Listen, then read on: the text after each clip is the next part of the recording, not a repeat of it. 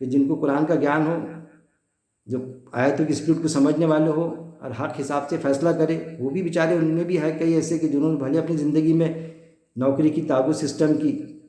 فیصلے کیے ان کے، لیکن اب اللہ نے سمجھ بوجھ دی ان کو، تو وہ صحیح فیصلے کرتے، پھر قرآن کی تعلیمات لی انہوں نے۔ اللہ سے یہی دعا ہے کہ اللہ رب العزت قرآن کو پڑھنے، سمجھ کے پڑھنے، ایک ایک آیت پر غور و تدبر کرنے، غور و تدبر کے بعد میں اس کے مطابق ہماری زندگی کے فیصلے کرنے اور اس فیصلوں پر جمے رہنے، اور لوگوں کو بھی ترغیب دینے کہ ہمارے معاملات ہم آپس میں طے کریں، نہ کہ ہم کورٹ میں جائیں۔ یہ ساری باتوں کی میرا مالک ہم کو توفیق دے۔ وآخر دعوانا ان الحمد للہ رب العالمین۔